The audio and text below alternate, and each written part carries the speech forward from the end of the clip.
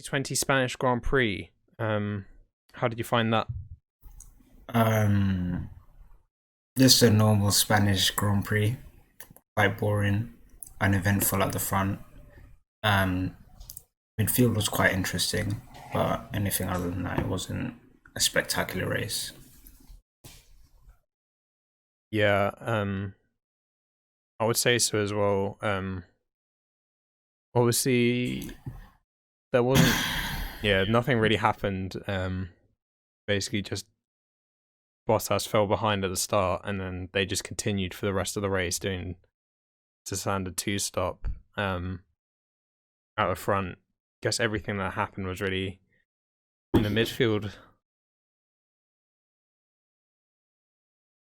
Um, yeah, I guess we'll just start with Mercedes. Pretty good race, I guess. Apart from the start from Bottas. Yeah, it was a usual Mercedes, you know, performance. I feel like maybe Bottas could have pushed for second, but then when you start like that at Spain, you're not really expecting to say make back that many positions, you know? Yeah, Because I yeah, heard something ridiculous like you have to be 1.5 seconds quicker than the car in front for you to actually overtake on that track, yeah, which is kind of insane. Um, yeah, there's not really many overtaking spots. I think it's just like the first straight. That's like the only place you can like that you would normally see overtaken. So if I was Mercedes, I wouldn't be too disappointed with that.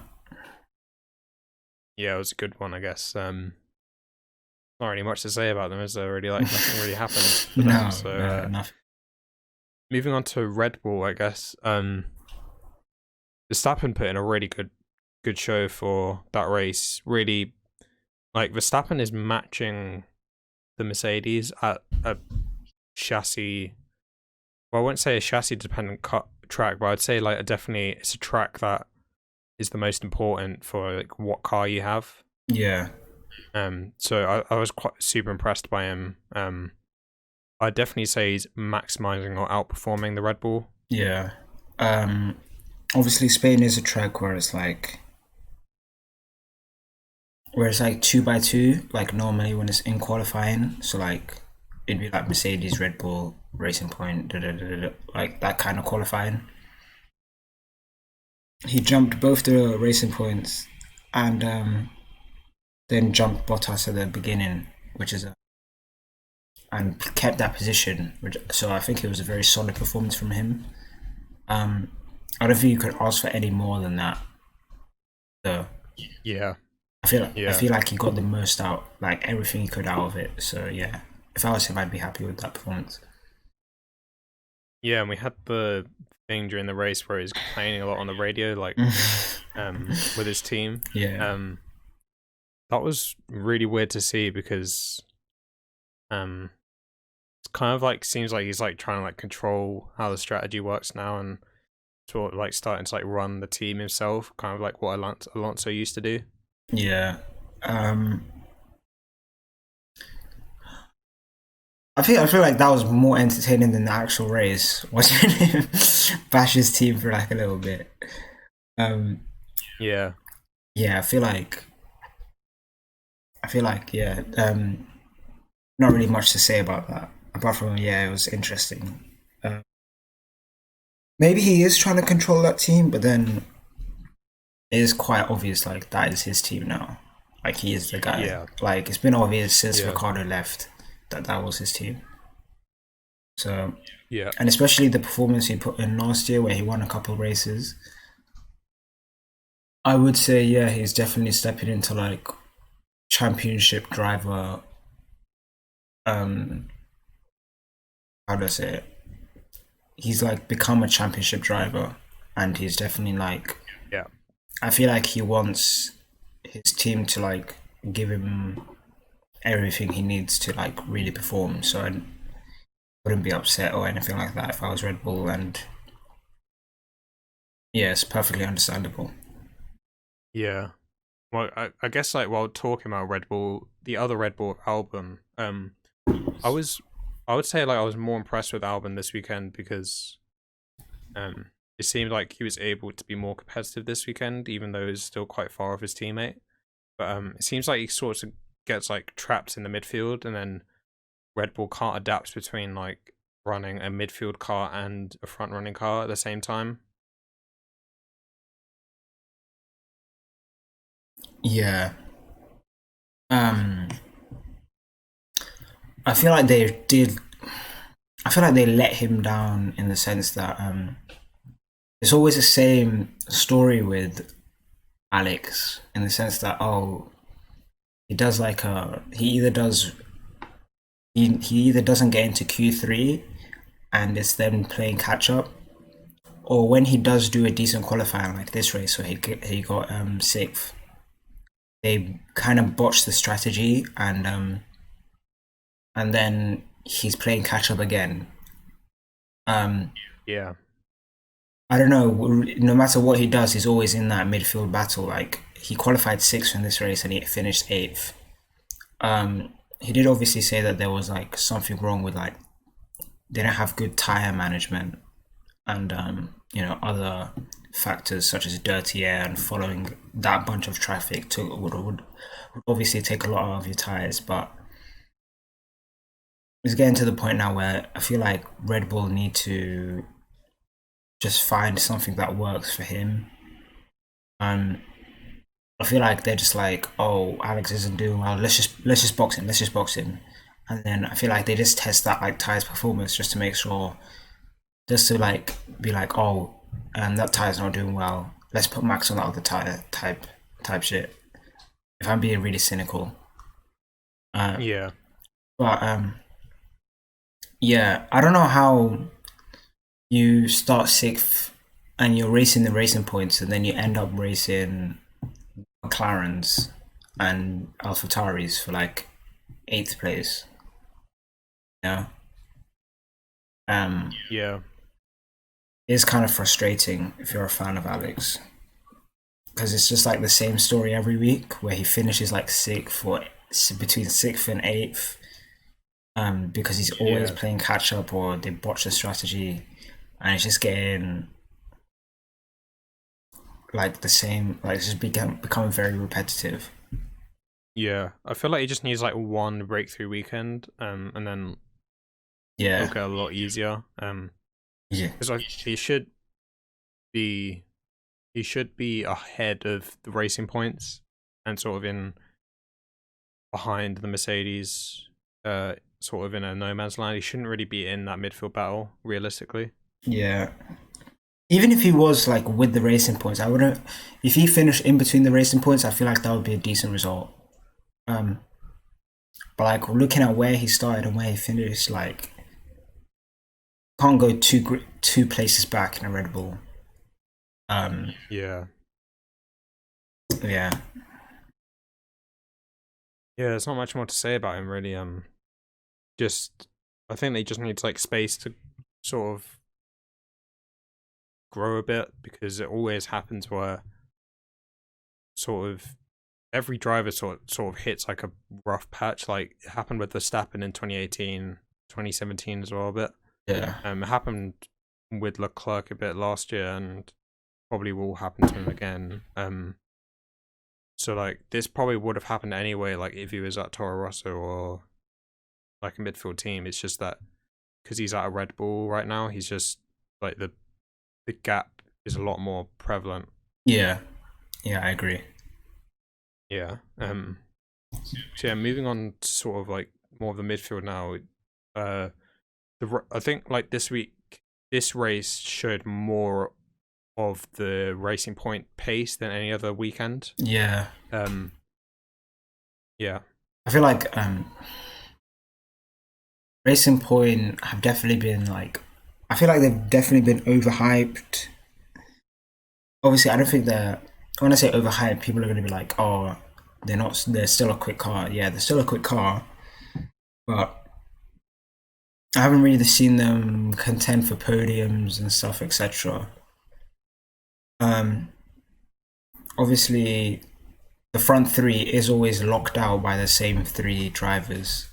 Um, I feel like that's the most common podium, Max and the two Mercedes. So, but then these other races where like McLaren and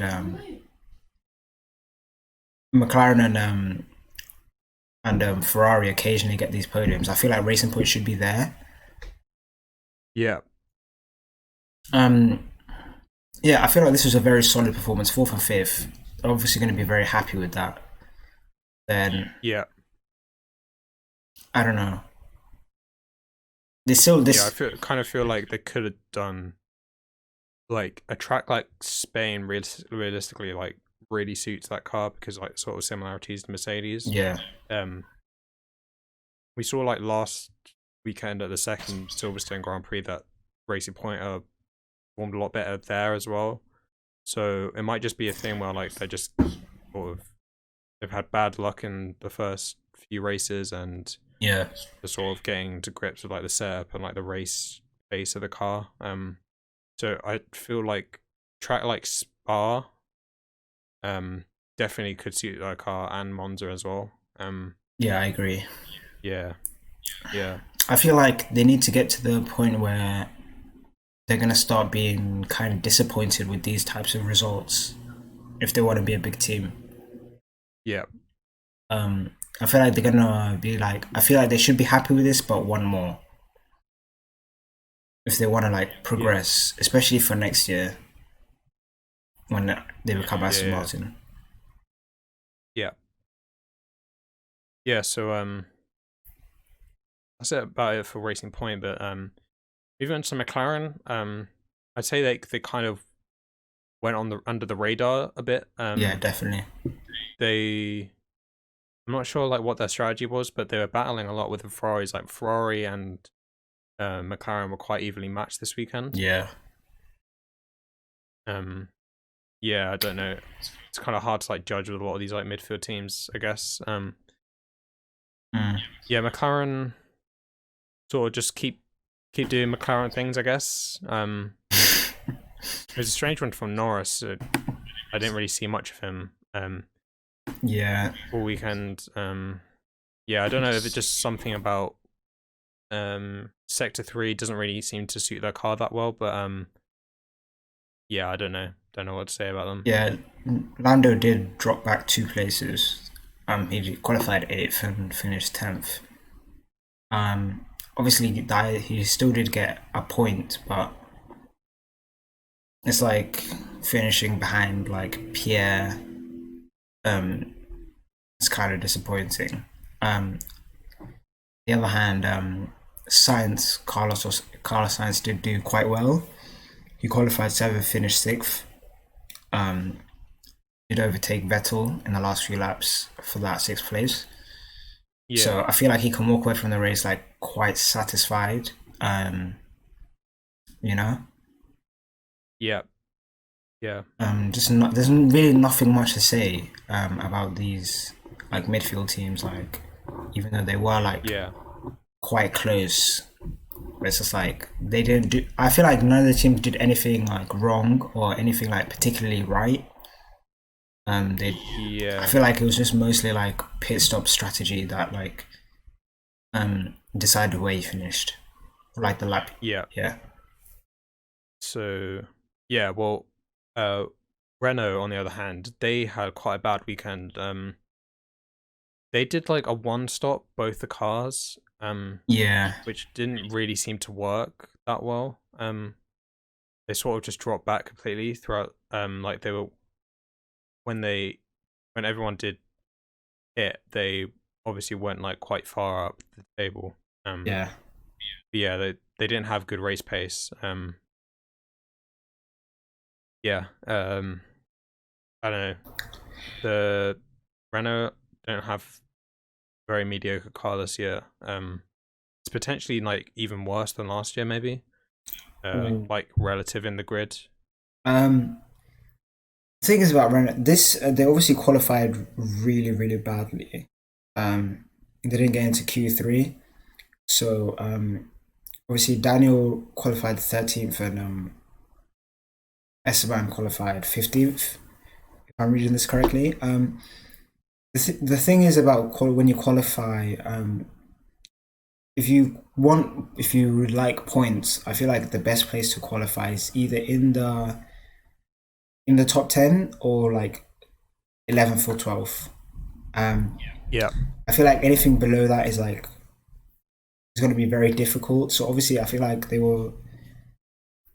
might feel like they were trapped into that one stop strategy, like go long and try and like hold out because this is obviously a very difficult track to overtake in. So I feel like they were just like, okay, we're gonna just roll the dice on this one. Both cars just go long, and just hope that no one overtakes us. And obviously that didn't work. Yeah. Yeah. Yeah. We saw like with Magnussen, like when the tires drop off, it's like going through the first like sector and then start of the second sector, you lose so much time that it's not even like the track characteristics don't even play a part in overtaking. Like it's just so much easier to overtake once someone's tires are dropped off. Yeah, yeah. Yeah. So in the midfield, we've had like another week of Gasly outperforming his car massively, yeah, compared to his teammate. Even in qualifying, he was so much faster than his teammate. And during the race, he's just like there all the time. Like you always see him like fighting someone like in the points. yeah. So I've been really impressed with Gasly this year. Yeah, he seems to be like really comfortable with this car. Yeah. I don't know. It's kind of difficult for me to be like he's 100. Like he's really, really, really, really outperforming Daniel in the sense that obviously Daniel's been really unlucky with DNFs and stuff, but qualifying I feel like he's been very consistent. Daniel only qualified 12th when Pierre qualified 10th.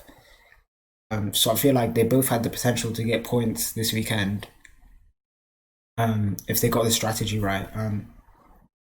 See, Pierre finished 9th, so like one place above where he qualified, and Daniel just finished in the same position. So I feel like that kind of sums up like how they've been performing recently. Yeah. Yeah. I don't know what's like going on. Why Kvyat, like if Kvyat's having problem with his car, kind of similar to like how Albon is, or whether that fact that like Gasly just seems to match so well up with the sort of Toro Rosso AlphaTauri car. Because even like when he went back to Toro Rosso last year, he had like good performances there as well. I agree. Yeah, I don't feel like Daniel's underperforming. I feel like it's more Pierre overperforming that car. Obviously Daniel's been unlucky, but Kvyat's been very Gasly's been very like on it this year from the get go. Yeah. I feel like he's been like a guy on a mission. Yeah. Obviously, you look at last year where he was kicked out of the Red Bull car. And we've seen in the past how that would affect a driver. Because when you looked at Daniel, the year he got kicked out, he was out of F1 within a year. Like poor performances. I feel like Gasly's responded very well to like the whole situation, and I feel like he's a guy on a mission, like trying to get that Red Bull seat back.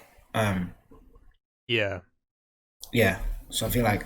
Do you realistically see him actually getting that Red Bull seat back? Because I personally don't. If he carries on like this, I feel like Red Bull might just like do it again, because this is the. But I feel like we'll just get the same thing where it's like, oh, Gasly goes to Red Bull, he's like underperforming the car, and then Albon's like fully matching the car, and then they're just going to be like at the same position again. Like they're going to be the same position on track again. So it's like I don't even like see the point in Yeah, actually doing it. the thing is with Gasly in his when he was at Red Bull, it wasn't a case of like underperforming. It was a case of just poor performance like across the board. Like qualifying was poor. His best finish, I believe, was like fourth, or fifth, and he would get lapped. He occasionally would get lapped. In Hungary, he got lapped by the leading cars, and one of them was Max. So we haven't seen.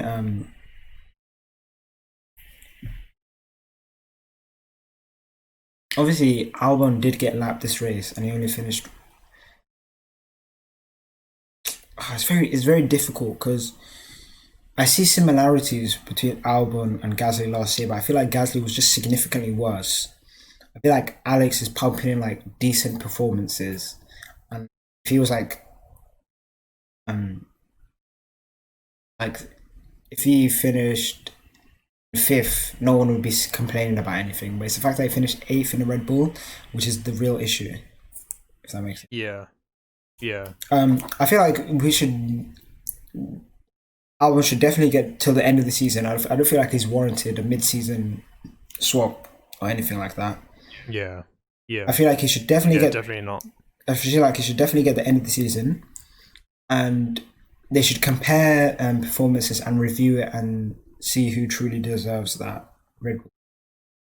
Yeah, I feel like that's the like, best course of action. For me, like the worrying thing, if you think about it, is like imagine like Verstappen like makes a surprise move to like Mercedes, right? They put Gasly in the other Red Bull. What happens to Red Bull then? So that's like one thing I've thought about Red Bull is that you can have focus on your one driver, but that can all unravel very quickly because if Albon and Gasly were in the Red Bulls and Kvyat and Tsunoda were in the AlphaTauris, there would be like significant drop off performance in both of those teams. Yeah. Yeah. Like I agree with what you're saying. I feel like it just depends. Obviously I feel like it'd be if they did that with if Max did leave, I feel like Red Bull would chase someone else rather than go to their actual driver academy. I feel like their driver academy is a graveyard at this point and it's just dead. I feel like I feel like it's literally dead. No, I wouldn't say it's dead. It's definitely better than it has been at certain points over the year right now. Like they've got Tsunoda in F2 and they've got like a couple drivers in F3 that are really promising and they've got Jury Vips in Super Formula. So I would definitely say there's promise there. It's just that I don't see how they would like pursue any other driver apart from Gasly. I get that. No, but what I was saying is if Max leaves, I feel like they'd go after like another top driver rather than trust their academy. Maybe, yeah. I don't feel like Maybe. I feel like Red Bull last year's when they had Vettel, I feel like they really hit something. I really think they found something special with Vettel when he was winning races. They did find something really good with Ricardo as well. I wouldn't describe it as special because of the circumstances that they were put under, in the sense that their car just wasn't as fast as like the Mercedes and Ferraris at the time. So Ricardo really didn't get an opportunity to fight for championships, like Vettel did. And now I think that they found something really, really good with, really special with Verstappen. And in the next few seasons, I feel like they really have like a really good opportunity to fight Mercedes for championships. You know? Yeah. So yeah, I don't think that they have any other driver in the Red Bull Academy at the moment in F1 So Gasly, Albon, Kvyat, that are anywhere near the level that Max is at. Yeah. I don't know. I really sound like it sounds unfortunate me saying that because I like teams where the drivers are even. Yeah. I really like those teams. That's why I really liked Ricardo and Verstappen. Yeah. But yeah, It's like if you look at Mercedes, I would say that Bottas is very far behind like Hamilton yeah, no, yeah, in talent, but like the Mercedes doesn't have like a dramatic difference in race pace. It's just that one is like a bit further behind.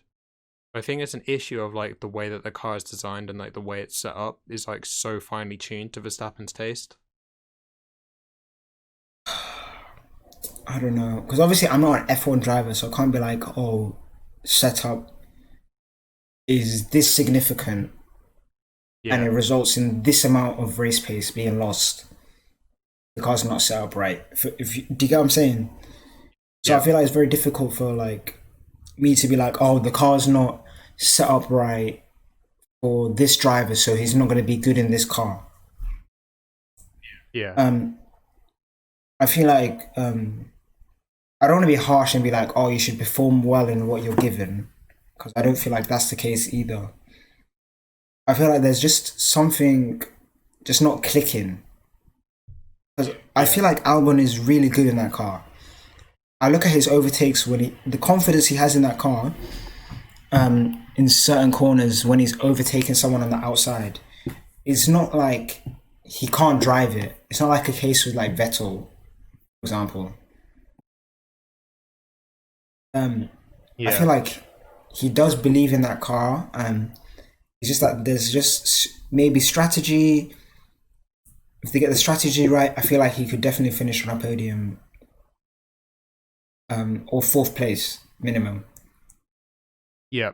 I feel like he just need to get that right. If he gets his qualifying spot on, so finish it, so he gets on the second row, to get his qualifying and to get his strategy right, I feel like he'll be a very consistent driver. I feel like there's just not something clicking right there. I feel like that's the main issue. Yeah. Yeah, I agree. But moving on anyway to Ferrari. Guess we have to talk about Ferrari again. It's our most common topic, I guess. Ferrari. This is the most fun topic because I just get to bash this team for like a solid 10 minutes. Just sit out just to bash them. You know, yeah. I watched it's like I don't know like what to say about them apart from like the fact that it has like gotten worse. Yeah, I watched the race. I take notes on Ferrari, like what I don't like. And I bring it up on my screen, and I just go in on this team. You know. Yeah. So qualifying, Vettel didn't make it into. Well, Ferrari. Like what I would say is that from what people have like looked at from the data is that sector 1 Ferrari were massively behind. It's probably because of the long straight and like the higher speed nature of the corners. Yeah. But apparently like through sector 2 Ferrari were like really competitive with Mercedes and Red Bull, which is like a medium speed sector. It's not really got that long of a straight. And then Q3 like they were like sort of average, like not really that good. So it's like kind of good to like get a bit more insight on like some of the problems that they're having. Seeing as like there's like quite like distinct sectors at Spain, Yeah. so you can kind of like see where like certain cars match up with each other. That is that's probably why they do testing at Spain because it's got a bit of everything. Yeah. Yeah. There's Anyway, what was I gonna say? I was gonna say something. Oh, I've lost what I was gonna say. I've lost it. Well, we could just jump to qualifying. Vettel didn't make it into Q2. Yeah, finished. Oh no, he didn't make it into Q3. Yeah. He came 11th. Yeah. Poor pace for Ferrari, I guess. Oh, I remember what I was gonna say. What was it? Yeah. I was gonna say. that's probably why when you're talking about second sector of Spain, the low speed, I was gonna say that's probably why Vettel did decent at Hungary. Yeah. Um, yeah, I feel like yeah, okay, yeah, but just get back on the topic. I'll save what I was gonna say. Um. Yeah. Anyway, like on Vettel, like it's just the same story. Like the qualifying pace is quite bad.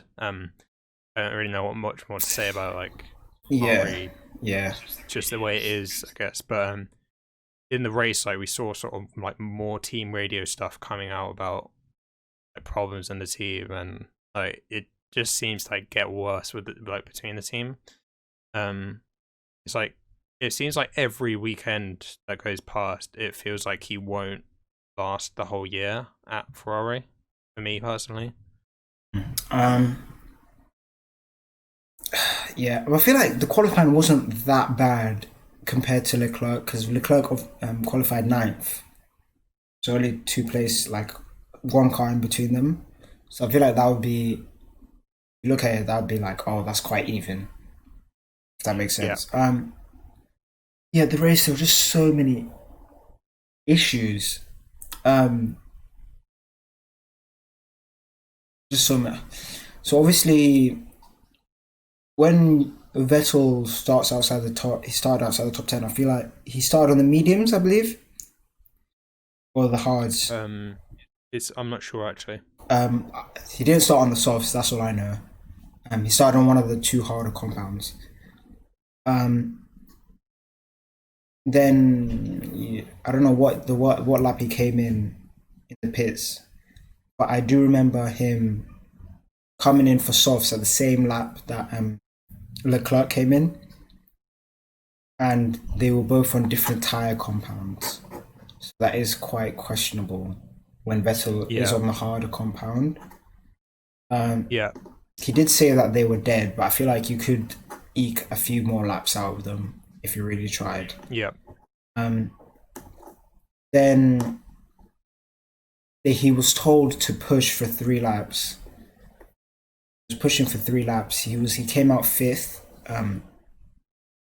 pushing for 3 laps, and then what happened was he got asked if he would consider finishing the race on these tires, and he was obviously quite frustrated because pushing for 3 laps on soft tires and then going 37 laps is not really realistic. yeah, Just very just very, it just sounds like they're not very yeah, prepared for like the race. I feel yeah, like if you're an F1 team, you go through a lot of contingency plans. You have like 5 race scenarios of like what could happen. Um, yeah. I don't feel like Because yeah, we saw like on the radio that like they were asking like whether he wanted to like come in or not, and like quite like late at the end, and like he was like saying like, oh no, I already said like I'm staying out, like because if he came in, he would have finished outside the points. So it's yeah, like Ferrari and the driver aren't even like in sync with each other on like what's going on during the race. yeah. I feel like at this point he's calling his own strategy. Um, Yeah, he was just like, update me on the strategies. It's like understood. They're just nothing. yeah, I feel like it's like one of those memes where it's like if you go in a song and it's like music video has a lot of effects or whatever. It's like, so what effects do you want? And the singer just goes, yes, type shit. yeah, Um, yeah, I feel like he's very very frustrated with how they're handling it because I think this is the second race now where he's gone longer on the softer compound, which is kind of yeah, ridiculous. Um, I feel like they need to just get their strategy right because obviously that Ferrari is like handicapped in power compared to like all the other like compared to the other cars that aren't running a Ferrari engine. So the Renaults, the Renault engine, the Mercedes engines, and the what do you call it, Honda engine. I feel like yeah, they're obviously at like a disadvantage now. They just need to, obviously, when I say sort out the aero and the chassis, it's like that's obviously not an easy thing to do, but I Yeah. feel like that's their best chance to like really get anything out of the season. Because at this, Yeah, and I don't even know like how they'll do that within like the regulations now of development. yeah, yeah, that's where it's like really really difficult. Because looking at it, if you look at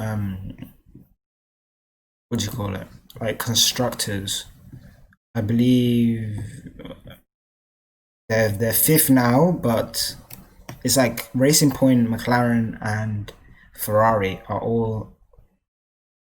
There's literally a 2 point gap between them. So Racing Point has Yeah, 63, McLaren has 62, and Ferrari has 61. If you take into account the double DNF in the second Austrian race, yeah, it doesn't look. and obviously the Racing Point penalty, Yeah, and points penalty as well. yeah, and if you take into account Leclerc not finishing this race, it doesn't look that. It's not that bad, you know. I Yeah, feel like obviously Racing Point I believe is the third best car, but I feel like Ferrari should get third in the constructors. If they finish, I feel yeah, like if they finish below third, the season will be a failure. yeah. Um, I think if they can get if Ferrari could get like one win this season, I think that's like going beyond expectations. Like yeah, at this point. yeah. Obviously the majority of those points are Leclerc, because I feel like Vettel is just not in a good state at the moment in terms of his driving. It's very, I don't know. There's just a lot wrong with Vettel in his car at the moment. I feel like Leclerc is just like, he's in like a good relationship with his car. If you have relationships with your car, but I feel like he understands how that car works. He knows what to do and how to manage it, how to drive it, like all of these like stuff. Yeah, I yeah, feel like Vettel has a very set driving style, and if the car's not tuned to that style, it's not going to work out very well. yeah, I think we've seen that in the past. yeah, yeah. I agree totally. Yeah, yeah. Um, but yeah, we'll see going into Spa or Monza. It's I don't think if they can score points at Spa or Monza, I think I'll be impressed. Um, especially Monza, like they could honestly, I think they could be like behind the Renaults, and AlphaTauri is like really far behind at Monza. I feel like they're really, really fucked at Monza and Belgium and flipping Spa next week. I feel like they're Yeah, screwed at Spa next week. I feel like the only yeah, saving grace is sector two, the middle sector and the last sector at Spa. The first sector, they're going to be just sitting ducks yeah. in the Well, race. even in like the last sector at Spa is basically just a straight with a chicane, um, Oh, with like two corners, I guess. yeah, but But yeah, it's basically just a straight with a chicane. yeah, So it's just sector two really, and even then, like it's quite a high downforce, high speed bit of track there. So yeah. I feel like I don't they need know. to sacrifice something. We obviously saw them at Silverstone. They ran a thinner rear wing, Yeah, so with lower downforce and more high speeds. And obviously, they did sacrifice performance in certain areas just to be, you know, closer to the other cars. yeah, So that's obviously not ideal. It did work out in the end because Leclerc did get a podium out of that, but it's just very, like confusing. Um, because you know how they were burning oil last year. But I look at them this year and I'm just like, is burning oil like that much of a difference between this engine and last year's engine? Yeah. There's just something But it's not like right. it's kind of like when you develop down a tree, and then Mercedes and Honda and Renault have like gone a different way. It's like you're like going back all this way, and then you're having to try and catch up. Yeah, that is true. That's how I see it. Kind of is like Ferrari are like a couple years behind on engine development now. So they've had to like take a load of the development away from the engine. Yeah, but that's the question of because obviously we're not gonna get any information about that whole fiasco. Yeah, not in the near future. Maybe in like 10 years we'll find out about what actually happened. Yeah, I feel like it. This team just makes my head hurt. Like it's just so. There's just so much left to be desired from Ferrari. Just so much left to be desired. Like even when they're winning, they find a way to fuck it up. I feel like the last stint, like pre 2007, was like their last stint of like just being the best. Oh yeah, definitely. I feel like ever since like after 2000. Actually, I don't want to be. I'd say like some points of 2017 and 18, certain parts of the team were the best, but they didn't have like the complete package to like be the definite best. Yeah, no, they had the best. I feel like in 2017 they had like one of the best aero setup, probably the best aero setup. You know, chassis design, all of this stuff. Yeah, just a lot left to be desired from that team. It's just very frustrating to watch. It's just that's what can be said really. Like there's just have to can't do anything. Like just all you can do is just look at the results and say that they're not performing as they should be. So yeah, I don't know what more to say. Very hard to watch. Okay. Yeah. I think I'm done with my Ferrari. Yeah. I'm gonna get a migraine talking about that team. Yeah. Anyway, like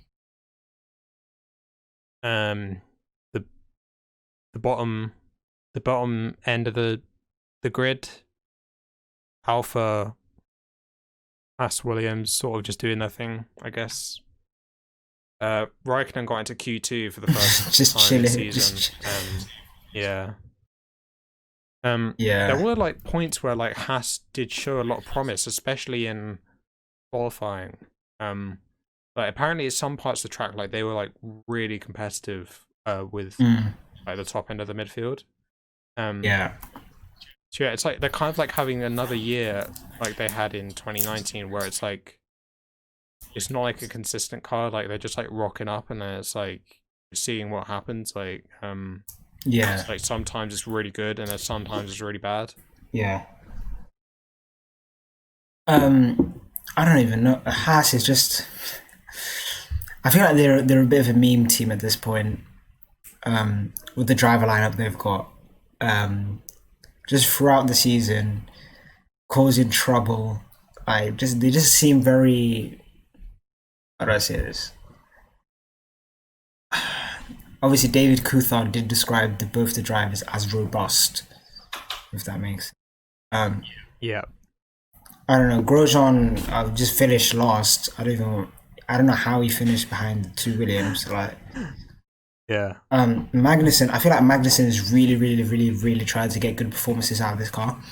But I feel like he's also trying to cause accidents. It's fucking ridiculous what he's doing. In free practice, he basically almost killed Ocon.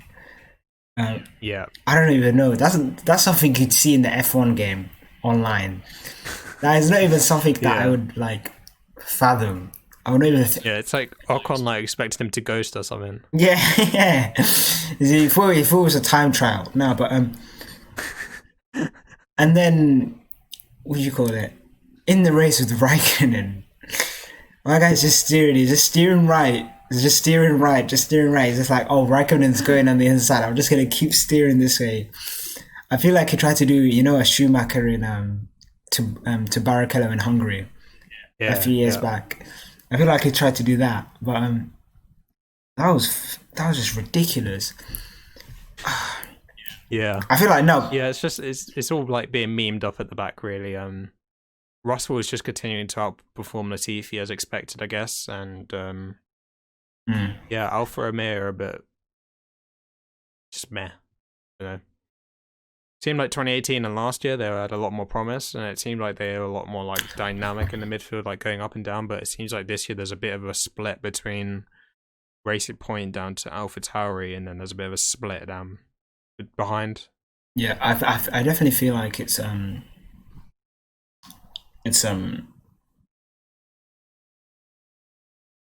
feel like it's mainly the engine of Haas and Oh yeah, Alpha. yeah, I feel like if they had an even engine, they would definitely be in that midfield fight. I feel like yeah, they would be closer to the front of that midfield fight. I feel like they'd be directly in the middle, in the sense that because obviously if they had a better engine, we'd Ferrari would be elevated to the top, to like the top, fighting the top two teams.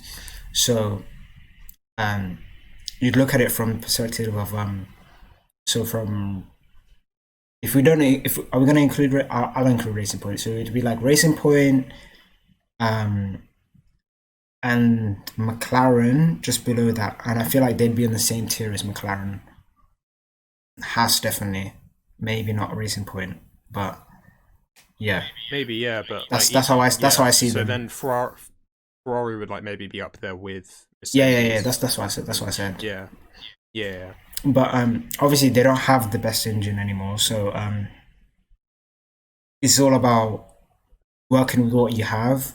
Kimi did say that there's a lot left to be done with the car, because um, if they had how do I describe it? Because obviously the engine isn't the best, isn't like in a good state at the moment. So, but they're still around like 14th and 15th. So, and while Ferrari are finishing in the points, if that makes sense. yeah, So yeah, if their car like aero and chassis was like on point, they'd be similar around where Ferrari is, maybe a few places yeah, behind. So yeah, there's still a lot left for them to develop. yeah, definitely, definitely. I guess they're just gonna have to wait it out until 2022, and hopefully Ferrari can like Yeah, get some rapid like development on their engine, and like maybe they can. Well, I don't even know if they're allowed to develop their engine that much. So yeah, I don't know. Um, yeah. but yeah, just one quick news story that I just added like like a minute ago. Um, is like this whole thing about engine modes in qualifying. Did you see this? Yeah, I saw it. It's kind of like came out of the blue, out of nowhere. Like no one's really been talking about this that much. We've had these like party mode engine modes for a long time. I'd say most of the turbo hybrid era, but it really started to get talked about in sort of 2017, 2018. Yeah. But apparently they're gonna like the engine modes are going to become part of like Parc Fermé, and you can't like change them between qualifying and the race. I don't really know like what the point of this is, and I don't know if it will actually help anything in F1. Oh, well, it depends on like how you look at it. I don't know, because engine modes are like really cool in the sense that like let's say if a car's like second, for example, and they're really closing in on like first place, and they just get all these engine modes, and they just boost it and they win the race, for example. Yeah, That's like one application of it. There's also, if you look at it from the sense that like Lando Norris a few weeks ago in Austria, the first race, he was given like scenario 7, which I believe is the engine mode. If not, then you can like quote me on this. But he was given like engine modes and stuff to get the fastest lap and finish on the podium. Yeah. Not having these engine modes, I feel like it would suck for some people because it'd be like, oh, basically kind of handicapped because we spent all this time developing it. Yeah. But then it's a tough one because in my head I'm like, oh, just use the max out of the engine all the time, but then that'll just mess up your reliability. That makes you get what I'm saying. So like, Yeah. obviously as fans we would, if we had the option of like choosing like what engine modes these guys could use, I feel like every fan would just be like max it out. I feel like maybe they don't like teams having something up their pocket and just not using it. I feel like that's maybe the issue. But Maybe, yeah.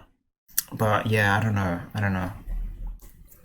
Yeah, it's kind of one of those things that the FIA do every so often, where it's like they do it, but like no one asked for it, and like no one was complaining about the issue, because it's like each team is gonna boost their engines during qualifying.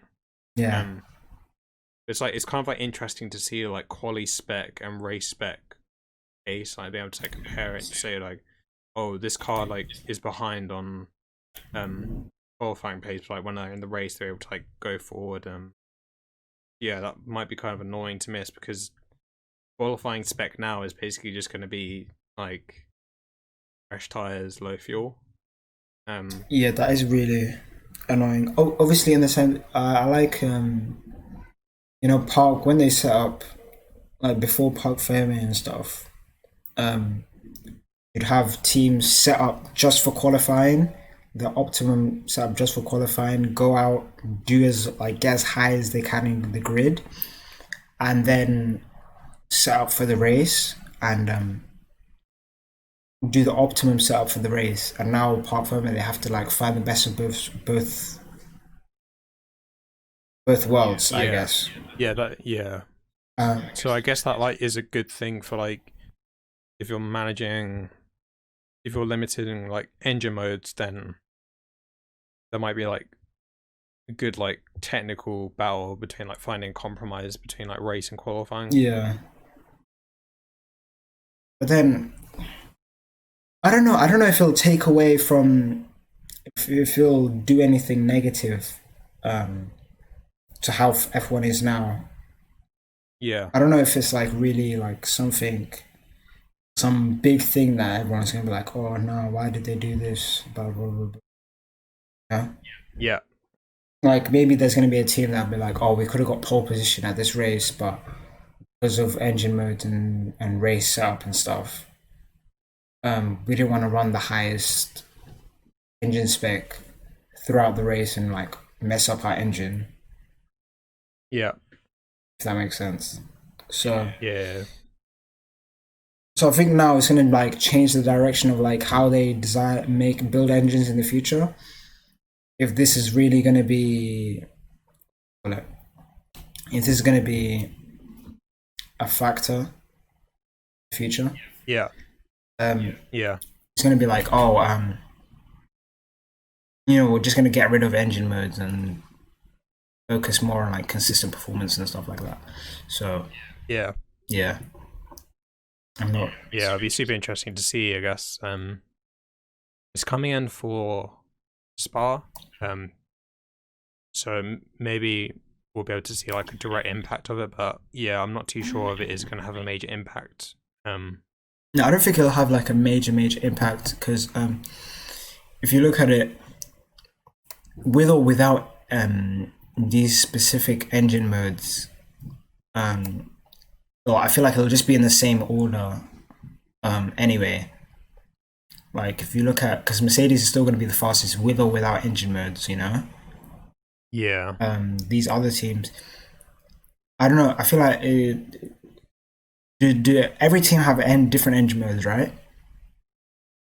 I don't know whether it works based on your engine supplier or based on the team, but Oh yeah, that's what I was gonna ask, because maybe like Williams might have the same engine modes as Mercedes, which would be insane. yeah, yeah, Then there's no way that it works like that then, because like imagine Williams having access to all these engine modes and just I don't know.